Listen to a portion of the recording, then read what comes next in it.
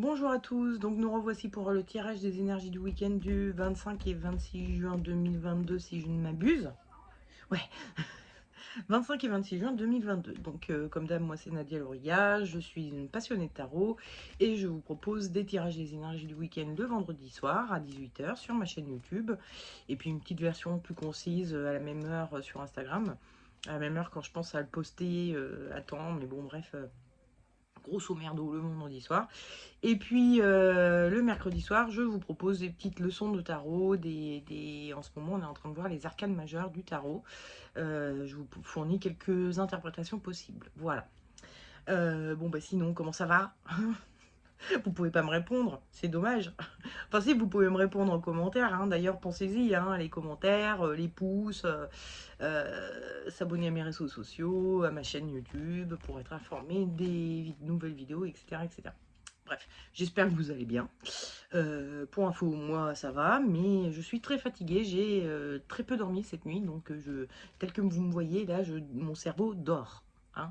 J'ai pas l'air comme ça, hein, je sais, j'ai l'air réveillée, mais en fait mon cerveau est en train de dormir. Donc je m'excuse d'avance de tous les bugs que je pourrais faire, de tous les cafouillages qu'il pourrait y avoir.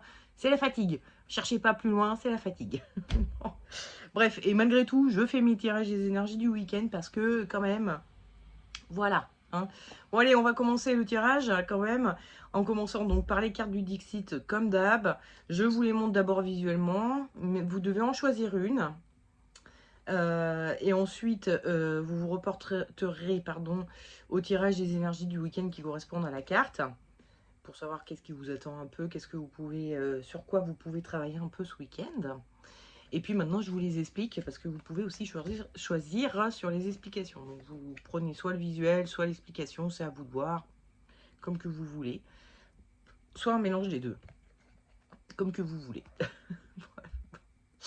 Alors, la première carte que j'ai tirée il n'y a pas si longtemps que ça, où nous voyons donc une chenille qui est un peu grosse, hein, qui commence à... Bon. Et elle est en train de manger parce qu'elle se prépare avant de passer à l'étape chrysalide, avant de passer à l'étape transformation, pour devenir un joli papillon. Donc si actuellement vous êtes en train d'essayer de vous nourrir de façon à vous transformer, voilà, c'est la carte qu'il faut que vous choisissiez. Hein. Passons maintenant à... Excusez-moi, je suis vraiment fatiguée, je me reconnais pas. Bref, donc passons à cette carte-ci, donc où nous voyons un petit croco très mignon, mais qui est tout coincé, tout dans une petite boîte. Donc si vous vous sentez pris au piège en ce moment, ou si vous sentez que vous êtes à l'étroit, voilà, c'est la carte qu'il faut que vous choisissiez. Et celle-ci, où nous voyons un personnage qui est comme ça. Et puis il a les yeux comme ça, comme s'il était en train d'attendre que le petit oiseau qui est dans sa bouche s'en aille. Donc il attend pour pouvoir refermer la bouche que celui-ci s'en aille. Et donc si actuellement vous êtes en train d'attendre que quelque chose d'un peu gênant, quelque chose qui vous agace, qui est un peu désagréable, qui vous gêne un peu, s'en aille, voilà, c'est la carte qu'il faut que vous choisissiez, tout bêtement. Allez, passons au tirage des énergies du week-end de ceux qui auront choisi je me nourris pour entamer ma transformation. Et en énergie de votre week-end, je tire le soleil, où nous voyons donc ces deux personnages qui sont des jumeaux, hein, enfin qui ont l'air d'être des jumeaux, hein. On y voit ce qu'on veut, mais bon là en l'occurrence on dirait que ce serait des jumeaux. Donc soit vous êtes en recherche de quelqu'un qui a déjà vécu ce que vous voulez, enfin la transformation dans laquelle vous voulez aller. Alors, c'est transformation ou éclosion de quelque chose, hein, l'éclosion du papillon, entre guillemets. Donc, l'éclosion de quelque chose dans votre vie qui sera transformateur pour vous. Bref, soit vous cherchez à, vous rapprocher d'une personne ou de plusieurs personnes qui ont déjà vécu ça et obtenir un peu des conseils auprès d'eux, soit vous cherchez tout simplement un soutien, quelqu'un dans votre entourage, un proche qui vous soutiendrait, qui vous encouragerait, qui serait là à vos côtés pour vous aider dans cette transformation. Donc ce week-end, vous allez chercher quand même un peu de soutien. Le conseil que vous donne le tarot, c'est l'impératrice, et le déconseil, c'est la force. Je vous montre vite fait la rune, c'est Ur. Enfin, Ur, moi je l'appelle Uruz en fait, excusez-moi. J'ai lu Ur.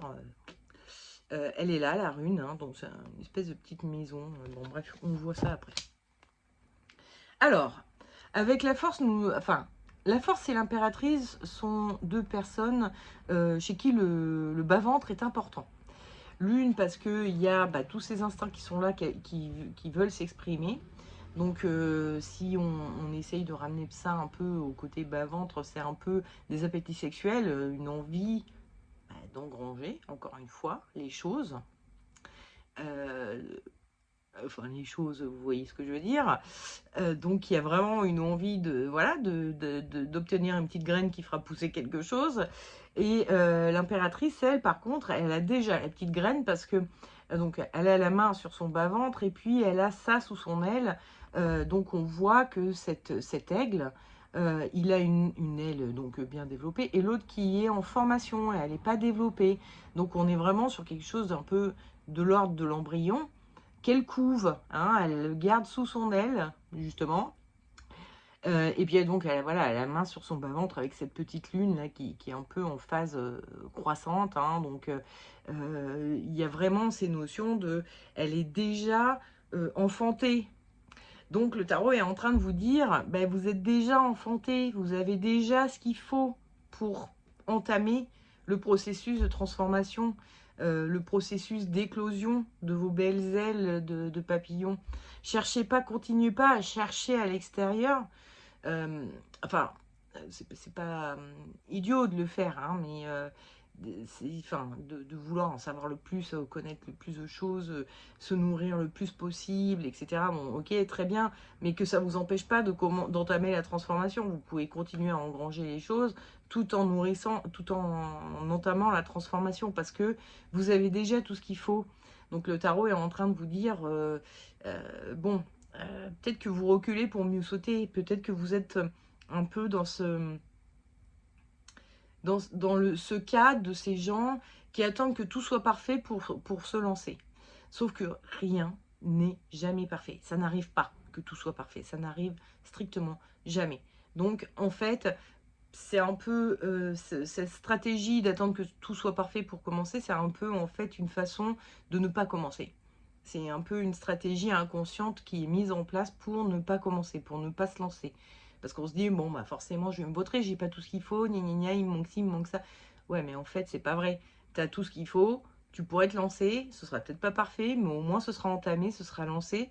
Et là, les choses qui te manquent pourront s'ajouter de façon plus stratégique.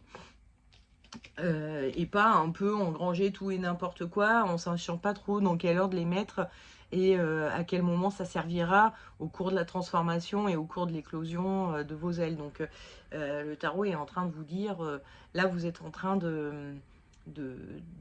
entre guillemets, de procrastiner un peu, de remettre à demain quelque chose que vous pourriez très bien faire aujourd'hui. Ensuite, Uruz. Alors, Uruz, ça veut dire auroch. Auroch, vous savez, c'est ce bovin qui a disparu, hein, qui est extinct, éteint. Voilà, je vous l'ai dit, la fatigue, hein, les bugs et tout ça, c'est voilà. Donc c'est un animal qui est éteint, certes, et c'était un espèce de bovidé très sauvage et très qui avait une force monumentale. Et donc, avec Uruz, on va associer la force vitale. Et puis, surtout, l'énergie des commencements. Hein, c'est un peu comme le magicien dans le tarot du Rider-Waite, qui est vraiment ce personnage qui est sur les commencements, qui débute, qui commence les choses, parce qu'il y a, et puis c'est aussi, enfin bon, dans beaucoup le 1 par exemple, bon c'est la rune 2, mais en numérologie le 1 c'est le chiffre du début, du commencement, donc voilà, il y a vraiment cette notion de commencement. Et donc là les runes viennent vous dire, bah allez-y, commencez, vous avez toute l'énergie vitale, vous avez vraiment tout ce qu'il faut pour vous lancer, pour commencer, pour débuter. Donc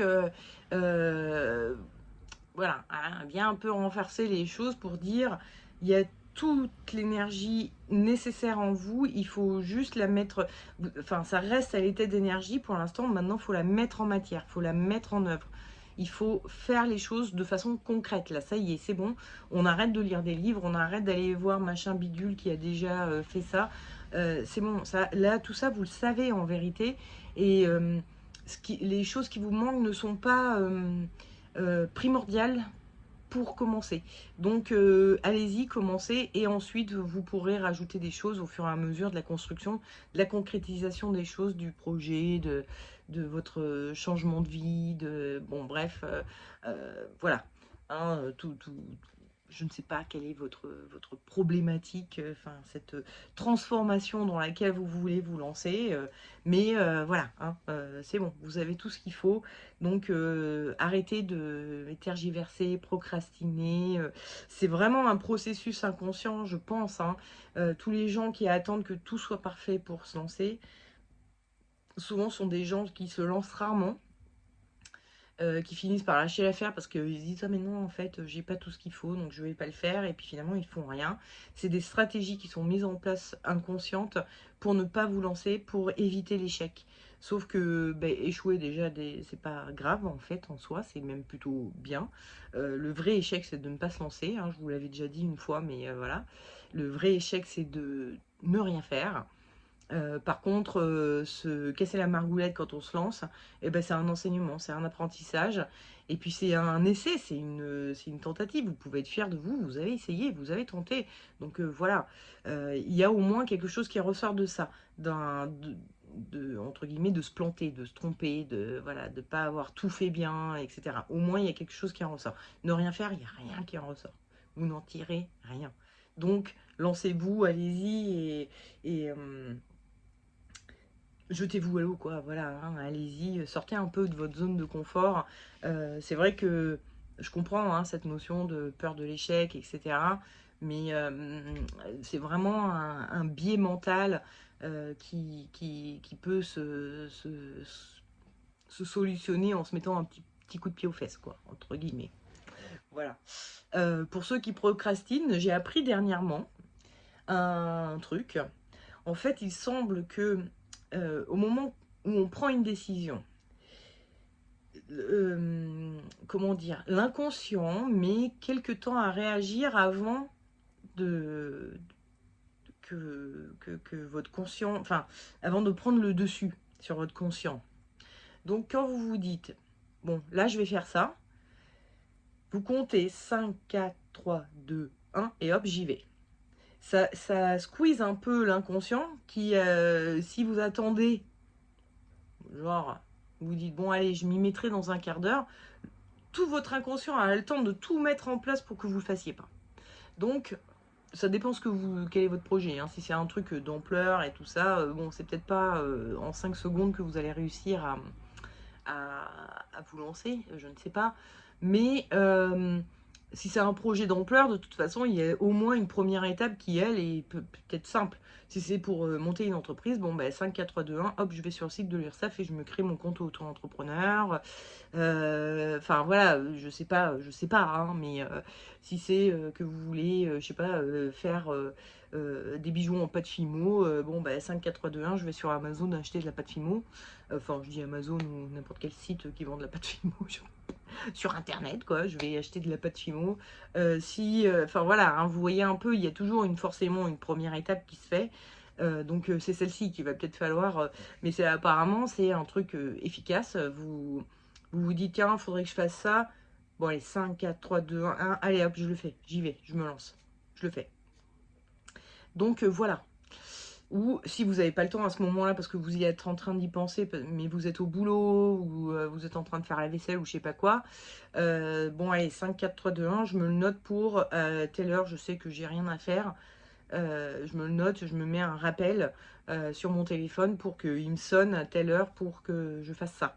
Et pareil, au moment où le téléphone sonnera, c'est là, vous laissez tout tomber. Je sais pas si vous faites un truc, si vous êtes en train de regarder Plus belle la vie, par exemple, je sais pas, un exemple, hein, c'est possible. Il y a beaucoup de gens qui le regardent, donc vous pourriez le regarder. C'est pas mon cas, mais donc pourquoi c'est cet exemple qui m'est venu en tête, je ne sais pas. Mais néanmoins, vous êtes en train de regarder Plus belle la vie, et là vous dites, ok, non, j'éteins la télé, et enfin 5, 4, 3, 2, 1, hop, j'éteins la télé, et ça y est, c'est bon, je fais ce premier pas. Et puis si c'est un truc, je sais pas, de publier votre première vidéo YouTube sur votre chaîne YouTube qui est déjà prête, mais il vous manque la bannière, il vous manque, je sais pas, un truc idiot, j'ai pas encore créé mon compte Instagram, ou j'ai pas... Ben non, 5, 4, 3, 2, 1, c'est bon, là je la publie, c'est bon, je la mets en ligne. Et puis, maintenant qu'elle est en ligne, il va bien falloir que je crée mon compte Instagram. Allez, 5, 4, 2, 1, je crée mon compte Instagram. Je fais une petite pub pour ma vidéo. Enfin, bien que Instagram soit pas l'idéal pour faire des pubs pour des vidéos, parce qu'on ne peut pas mettre de lien de vidéo. On peut pas mettre de lien tout court, à part dans la bio, mais bon, on met un lien. Donc, on va pas pouvoir mettre, si on fait des vidéos YouTube... toutes nos vidéos YouTube dans la bio, hein, ça va être un peu compliqué. Donc bref, vous voyez un peu l'exemple que je vous donne. Vous comprenez ce que je veux vous dire, quoi. Voilà, bref. Donc petit truc que je viens d'apprendre grâce à une amie à moi qui fait de l'EFT. Enfin bon, bref, on s'en fout.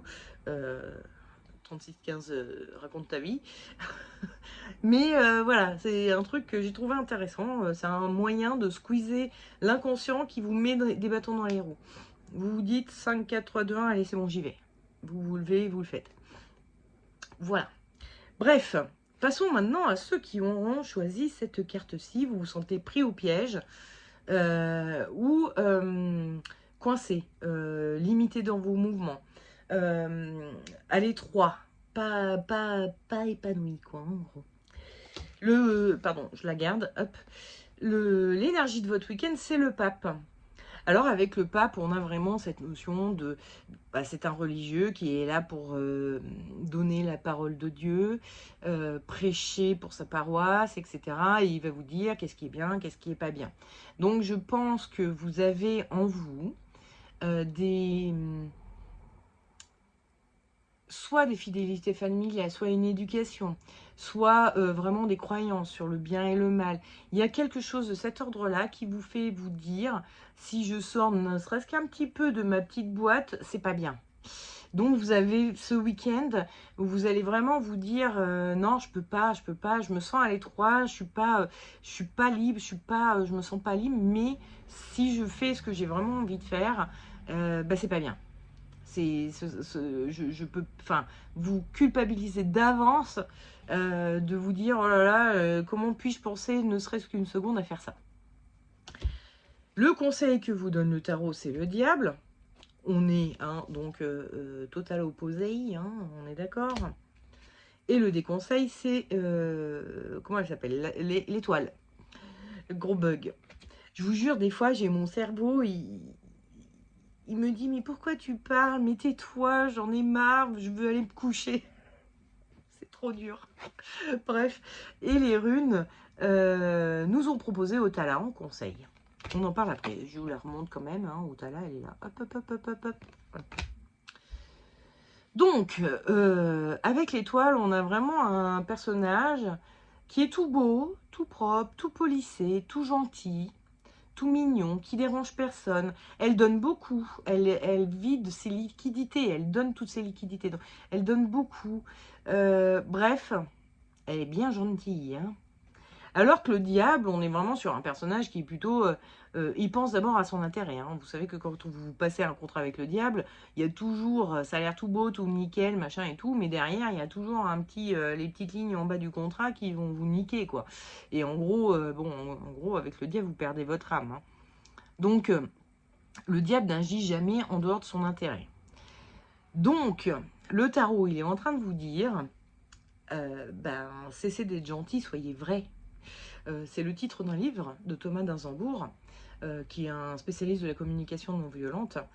que j'adore, hein. Écoutez-le, si vous avez l'occasion d'aller voir des vidéos de Thomas d'Inzambourg, vous allez voir, c'est un régal. C'est un super orateur, il est génial. Et puis il est mais tellement inspirant, c'est vraiment un mec génial. Moi j'aime beaucoup beaucoup ce monsieur, bien que je n'ai lu aucun livre encore, parce que j'ai des difficultés à lire en ce moment.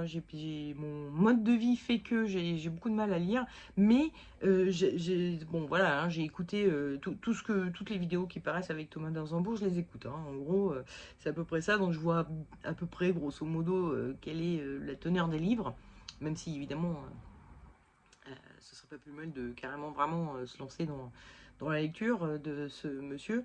Et ce que je ferai un jour, ça sera fait. Parce que vraiment, bah déjà d'une, moi, la communication non violente m'intéresse énormément. Et en plus, ce monsieur, vraiment, enfin, vu comme il parle, je pense qu'il écrit bien aussi. Et du coup, bon, bref. Donc, si vous aimez lire, bah voilà, il a écrit pas mal de bouquins, et notamment Cessez d'être gentil, soyez vrai. Je vous le conseille. Sinon, vous aimez pas lire. Si vous aimez pas lire, eh ben, il a fait plein de vidéos. Il y a pas mal de conférences de lui sur YouTube, sur Internet. Bref, abonnez-vous à sa chaîne Facebook. Bon, il a peut-être un Insta, j'en sais rien. Moi, je le suis sur Facebook en tout cas, et donc je vois passer pas mal de vidéos de lui. Comme je vous disais tout à l'heure, Instagram, c'est pas idéal pour les vidéos. Donc, si vous voulez voir des vidéos, suivez-le plutôt sur Facebook. Vous aurez les liens. Bref, cessez d'être gentil, soyez vrai, c'est un peu pour dire quand vous êtes gentil pour pas faire de mal, pour pas blesser, pour pas créer de problèmes, gna gna gna, bref, vous voulez pas gêner, vous voulez pas, et au final vous vous retrouvez comme ça. Voilà, vous êtes coincé, vous pouvez pas être vous-même, vous n'êtes pas libre d'être vous-même, donc vous retrouvez à l'étroit. Vous vous retrouvez coincé dans un petit cube qui n'est même pas vous. On vous met dans un moule, enfin vous vous auto-mettez dans un moule, vous voulez correspondre à un truc qui n'est pas vous. Donc le propos du livre, c'est ça, soyez vrai. Donc ça veut pas dire être méchant et dire c'est bon, j'en ai rien à foutre ou de je sais pas quoi. Enfin, vous pouvez toujours, hein, le livre, c'est de la communication non violente, hein, ça parle de communication non violente, c'est sa spécialité à Thomas d'Inzambourg. Donc forcément, vous allez le dire et le faire, enfin faire en sorte d'être vrai tout en étant poli, délicat avec les gens, dans la bienveillance vis-à-vis d'eux, mais en parlant de vous comme de façon juste, en disant ah ouais, toi, tu t'aimes bien ça, mais moi, j'aime pas trop, ça me plaît pas, c'est pas mon délire. Après, je comprends que toi, tu aimes, mais moi, ça me plaît pas et j'ai pas trop envie de le faire. Donc, voilà, soyez vrai et arrêtez d'être trop gentil. C'est vraiment, enfin, ce qui m'est venu en voyant ces deux cartes-là, quoi. C'est, soyez vrai, arrêtez. D'ailleurs, le diable, en soi, je vous disais tout à l'heure, il y a des petites lignes en bas du contrat, mais en fait, le contrat est toujours quand même en fait assez clair, hein. C'est vous obtenez tout ce que vous voulez en échange de votre âme. Vous le savez, que votre âme partira en enfer. Donc il y a une forme de vérité quand même avec le diable quand même, il ne ment pas. D'ailleurs, ça me fait penser à la série Lucifer. Je sais pas si vous l'avez vu, c'est une série qui est assez bien. L'acteur est beau gosse, et puis bref, la série est assez sympathique parce que c'est assez drôle d'un côté, et d'un autre, voilà, c'est très bon. Enfin, moi j'adore le fantastique, donc voilà, c'est pile le genre de série que j'aime. Lucifer, bah voilà, le personnage de Lucifer dans cette série, c'est quelqu'un qui ne ment jamais. Donc quand on lui demande qui êtes-vous, bah, il dit bah, je suis le diable, je suis Lucifer, je suis Lucifer Morningstar, l'étoile du matin. C'est un des noms qu'on donne à Lucifer dans la mythologie judéo-chrétienne et tout ça. Donc il le dit, je suis Lucifer, et tout le monde dit personne ne le croit, mais lui, il dit tout le temps la vérité. Donc, et quand on lui pose une question, soit il répond pas, s'il veut pas répondre, enfin, s'il veut pas, vu qu'il ne veut pas mentir, qu'il en est incapable, soit il répond pas, soit il dit la vérité. Donc voilà. Bref, tout ça pour dire que soyez vrai. En tout cas, parlez de vous avec vérité, avec justesse, avec qui vous êtes vraiment et avec vos réels besoins. Arrêtez de pas vouloir blesser, de pas vouloir créer de problèmes, gna gna gna gna gna. Non, arrêtez de vous mettre dans votre petit moule, là. Sortez de votre moule et soyez qui vous êtes. Oula, j'ai tiré un peu le fil du micro. D'ailleurs, j'ai mes cheveux dessus. J'espère que ça ne fait pas de froufrou sur le son. Mais normalement, non, il y a une petite bonnette, hein, comme vous voyez. C'est un truc très technologique. Bref, passons à Otala. Hein, donc, le conseil des runes par rapport à votre question. Et Otala, ça veut dire famille. Donc, c'est pareil. On est vraiment sur votre éducation, vos fidélités familiales, vos héritages familiaux. Je pense qu'il y a quelque chose à travailler à ce niveau-là. Que ce côté, faut toujours que je sois gentil, c'est quelque chose soit qui vous a été enseigné par vos parents, parce qu'ils vous ont demandé d'être gentil, de façon verbale, comme ça, en vous disant « Oh là là, t'es pas gentil, sois gentil un peu », soit parce que eux-mêmes étaient des gens gentils, qui voulaient pas faire de vagues, qui voulaient pas gêner, qui voulaient pas déranger, blablabla. Donc ils vous ont donné l'exemple et vous vous êtes comporté comme eux. On a un peu tendance à reproduire l'exemple parental. Donc il y a quelque chose de cet ordre-là. Ou alors une fidélité familiale, c'est peut-être quelqu'un qui, à force de l'ouvrir dans votre famille, dans vos ancêtres, s'en est pris un peu plein la gueule. Et à un moment donné, genre, je sais pas moi, Seconde Guerre mondiale, face aux Allemands, il a dit allez vous faire foutre, bande de. Comment on les appelait, les boches, là. Bref, je sais plus. Bon. Et puis du coup, le boche, en face, il a dit bah vas-y, tu meurs. Tu m'agresses, enfin tu m'agresses, tu me parles pas bien, donc enfin bon, c'est un exemple à la con, hein, là je suis en train de vous dire, je vous dis, hein, cerveau off, hein, donc je sais pas pourquoi, moi les exemples qui me viennent, c'est toujours des trucs chelous, je sais pas d'où ça me sort, et c'est débile, enfin ça n'a aucun... Bref, tout ça pour dire que peu importe l'exemple, vous voyez à peu près là où je veux en venir. Il se peut que dans votre lignée familiale, il y ait eu une forme de traumatisme avec le fait d'avoir osé s'exprimer, d'avoir osé dire, et que bah, du coup vous en avez un peu hérité. Donc ça vient soit de l'éducation, soit d'un héritage familial,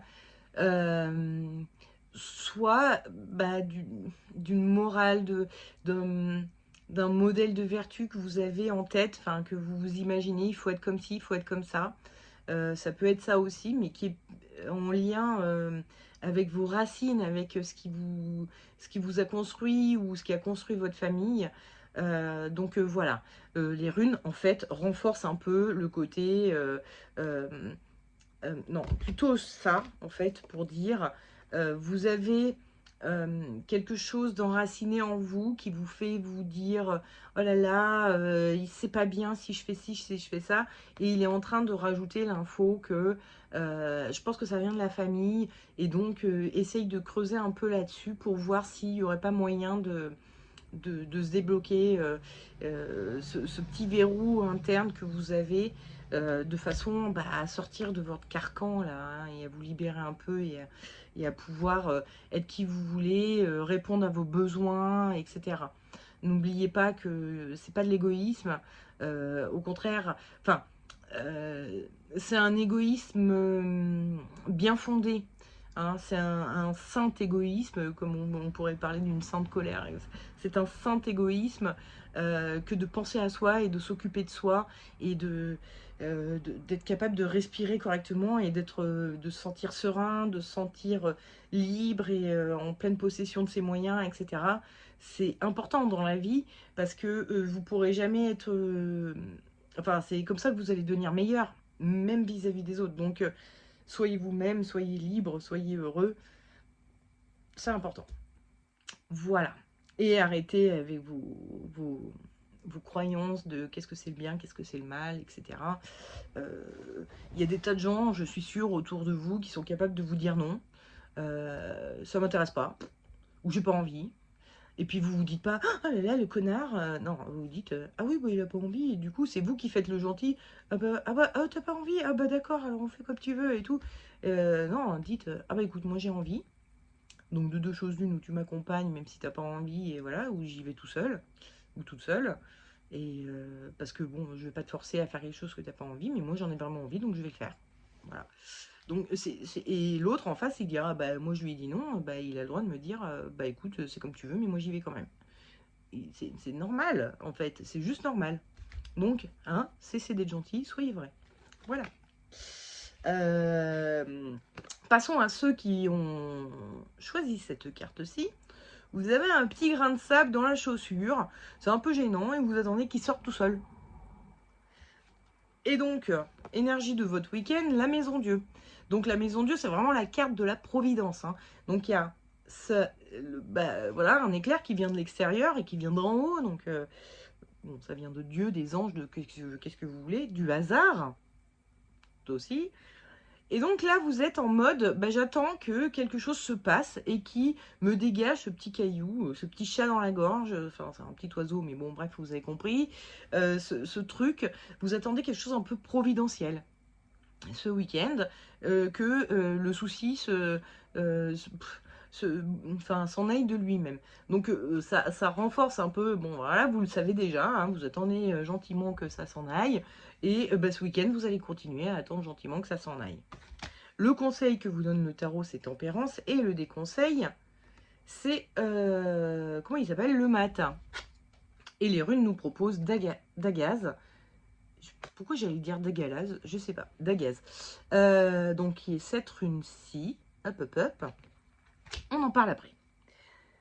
Donc, avec le mat, on est sur un personnage qui a les oreilles couvertes, qui est en train de regarder en l'air. Il n'écoute pas, il ne regarde pas en face de lui. Il n'écoute pas ce qu'on lui dit. Il fait l'autruche, en gros. Hein. On est vraiment sur je fais l'autruche.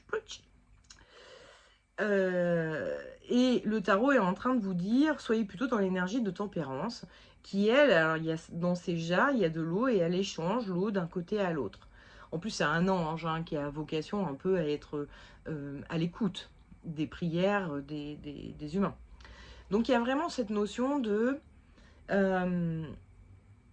arrêtez de faire l'autruche, arrêtez de faire genre non mais je vais rien faire, je vais attendre que ça passe ou je sais pas quoi. Soyez plutôt dans l'énergie de la tempérance, donc, et allez discuter. Hein. Si c'est, je sais pas, le voisin qui fait, la voisine du dessus qui marche en talons toute la journée, avec jusqu'à 2 h du mat, avec ses talons aiguilles sur le sol, et vous vous dites, bon, peut-être qu'elle va finir par les enlever, ses chaussures, ou... Non, allez taper à la porte et expliquez-lui. Vous savez, quand vous marchez avec vos talons aiguilles, franchement, ça résonne chez moi, ça fait beaucoup de bruit. Est-ce que ça vous dérangerait de retirer vos chaussures? Donc, en mode tempérance, hein, on est en mode... on arrondit les angles, hein, on fait ça bien, hein, on est dans la négociation, dans l'échange, dans... Voilà, on n'est pas en mode force, par exemple, qui va taper du poing et dire ouais, c'est bon, là, maintenant, ça suffit, ou je sais pas quoi. Non, il s'agit d'aller discuter gentiment avec l'autre pour expliquer écoute, quand tu fais ça, ça m'irrite, ça me gêne, ça me dérange, il y a un problème, j'ai un problème avec ça. Est-ce que ça te dérangerait qu'on en discute et qu'on voit ce qu'on peut faire pour que ça me dérange plus et puis que toi, de ton côté, tu puisses le faire mais sans que ça me dérange, quoi. Voilà. Donc voilà, hein, le tarot est en train de vous dire arrêtez de faire l'autruche, quoi. Hein, c'est un peu le propos. Et donc, Dagaz, qui veut dire jour. Et on l'associe à l'aurore, hein, c'est vraiment le lever du jour, le nouveau jour. Alors bon, il y a plein de notions qui sont autour de Dagaz, qui vont parler d'un changement de cycle, du fait de passer à autre chose, d'un éclaircissement sur un point voilà, qui nous éveille à quelque chose de nouveau. Il y a beaucoup de notions de nouveauté et tout ça. Mais il y a aussi la notion de qu'est-ce qui se passe à l'aurore. On se réveille. Et même si on regarde, bon là, on a l'impression qu'elle est en train de danser, mais on pourrait croire qu'elle est en train de s'étirer aussi. Moi, quand j'ai tiré cette rune, je me suis dit, les runes sont en train de dire, mais réveillez-vous, arrêtez de dormir, arrêtez de vous reposer sur vos lauriers, putain, faites quelque chose.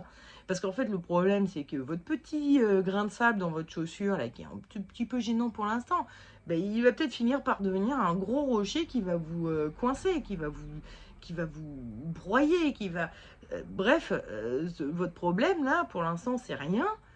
Si vous bougez pas tout de suite, ben vous pourrez vous retrouver avec un caillou comme as dans la chaussure et qui va vraiment être beaucoup plus douloureux et vous créer des ampoules. ça va aller beaucoup plus loin. Donc réveillez-vous. Enfin, c'est les runes vous disent réveillez-vous. Ce que je ne suis pas du tout actuellement. Donc bon, je me réveillerai mieux demain. Bref, donc voilà, hein, les runes sont vraiment en train de vous dire, allez, bougez-vous un peu là, mettez-vous des coups de pied aux fesses, va falloir y aller. C'est sûr que c'est pas évident hein, d'aller voir les gens quand ils vous dérangent ou je ne sais quoi qui vous dérange, d'aller voir quelqu'un pour qu'il résolve votre problème. Si c'est le robinet qui fait juste un petit ploc, voilà, au début, le petit ploc, bon, ça va, c'est pas très fort, mais la nuit, en pleine nuit, le ploc, là, il devient insupportable, c'est hyper régulier, ça devient un truc, vous endormez plus de la nuit, tout ça. Donc non, appelez le plombier, quoi, faites quelque chose. Voilà. Encore une fois, un exemple tout débile, hein, bon, mais bon, c'est pour que vous compreniez. Bref, bougez-vous le cul, voilà, hein, ce que disent les runes. Bon, eh ben, il ne me reste plus qu'à vous souhaiter un excellent week-end. Hein, et puis, bah, écoutez, je vous dis à la semaine prochaine pour le prochain tirage des énergies du week-end. Ciao, bye bye.